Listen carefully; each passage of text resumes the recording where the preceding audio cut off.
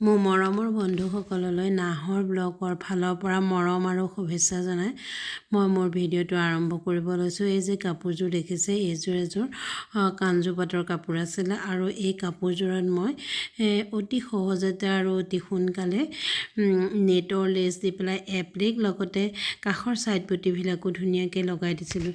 এই কাপোৰযোৰ একদম বহুত মানে কোমল কাপোৰ আছিলে। তাত মই মেচিনত এই কাষৰ পটিখিনি ধুনীয়াকৈ চিলাই ল'লোঁ। আঁচল দুটাত ডাঙৰ ডাঙৰ বগা ৰঙৰ পটি এটা চিলালোঁ আৰু কাষৰ চাদৰখনৰ কাষত ছাইড পটি হিচাপে সৰু মিহি পটি এটা লগালোঁ। সেই পটিটো দেখাত বহুত ধুনীয়া লাগিছিল আৰু আঁচলৰ পটিকেইটাও বহুত ধুনীয়া লাগিছিল। মই চাদৰখনত দহি বটিয়াই থৈছিলোঁ আৰু দহি বটি চিলাই কৰি লৈ পেলাই কাষত পটিখিনি লগাইছিলোঁ। আৰু এই যে দেখিছে এই নেটৰ লেচখিনি, লেচৰ ফুলখিনি মই ধুনীয়াকৈ এটা এটাকৈ কাটি লৈ চাদৰখনত এপ্লিক হিচাপে আঠা দি লগাই দিছিলোঁ। আপোনালোকে আঠা নলগাই চিলাইও লগাব পাৰে বা আঠা দিও লগাব পাৰে। মই কিন্তু এই চাদৰখনত আঠা দিহে লগাইছিলোঁ। আঠাটো অকণমান বেছিকৈ লগালেও হ'ল। আৰু বহুতে মোক সুধি থাকে যে আঠাটো দিলে এৰাই যাব নেকি? কোনো কাৰণতে আঠাটো এৰাই নাযায়। মই কাপোৰ পিন্ধি ধুই পেলাই চাই লৈছোঁ, কোনো কাৰণতে আঠাটো এৰাই নাযায়। আঠাটো অকণমান সৰহকৈ লগাব খালি। আৰু এয়া চাওকচোন, এই ফুলখিনি মই এটা এটাকৈ ধুনীয়াকৈ এই লেচডালৰ পৰা কাটি লৈছিলোঁ। আৰু কাটি লোৱাৰ পিছত কি লাগে জানেনে? এই ফুলখিনি এম্ব্ৰইডাৰী কৰাৰ নিচিনাই লাগে, যেন মেচিন এম্ব্ৰইডাৰী কৰি বহুৱাই দিছে তেনেকুৱাহে লাগে। আৰু এয়া চাওকচোন, এটা এটাকৈ মই ইয়াত দি দিলোঁ, বুটা নিচিনাকৈ দি দিলোঁ।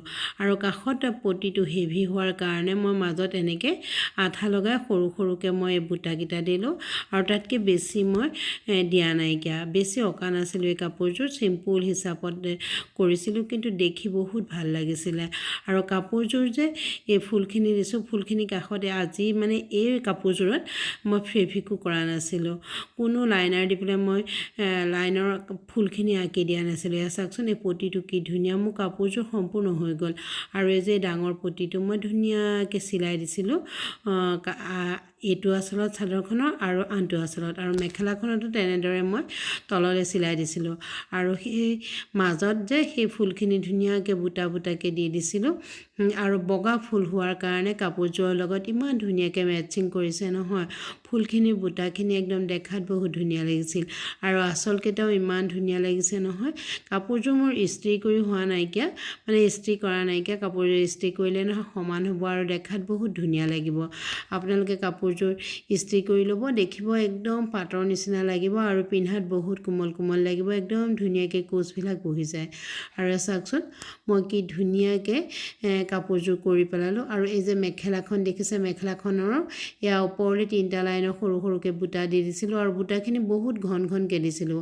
আৰু তলত সেই যে ডাঙৰ পটিটো আঁচলত দিয়া, চাদৰৰ আঁচলত দিয়া পটিটো যে, সেইটো ধুনীয়াকৈ চিলাই দিছিলোঁ।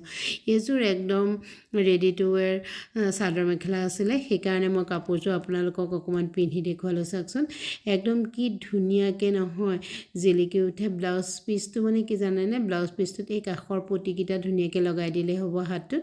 মই বুটাখিনি দিয়া নাইকিয়া। আৰু মোৰ বগা ব্লাউজ থকাৰ কাৰণে মই বগা ব্লাউজৰ লগতে পিন্ধি দেখুৱাইছিলোঁ। ইমান ধুনীয়াকৈ মেটচিং কৰিছে নহয়। আৰু সেই যে দহিখিনি বগা দিয়াৰ কাৰণে আৰু পটিটো বগা হোৱাৰ কাৰণে কাপোৰযোৰ বহুত ভাল লাগিছে। মোৰ হ'লে ইমান ধুনীয়া লাগিছে নহয়। আপোনালোকৰ বাৰু কাপোৰযোৰ ভাল লাগিছেনে? আৰু এই ভিডিঅ'টো ভাল লাগিছেনে? যদি কাপোৰযোৰ আৰু ভিডিঅ'টো আৰু যদি মোক ভাল পায়, তেতিয়াহ'লে আপোনালোকে মোৰ এই চেনেলটো ছাবস্ক্ৰাইব কৰি দি আৰু লাইক কমেণ্ট কৰি দিব দেই বন্ধুসকল।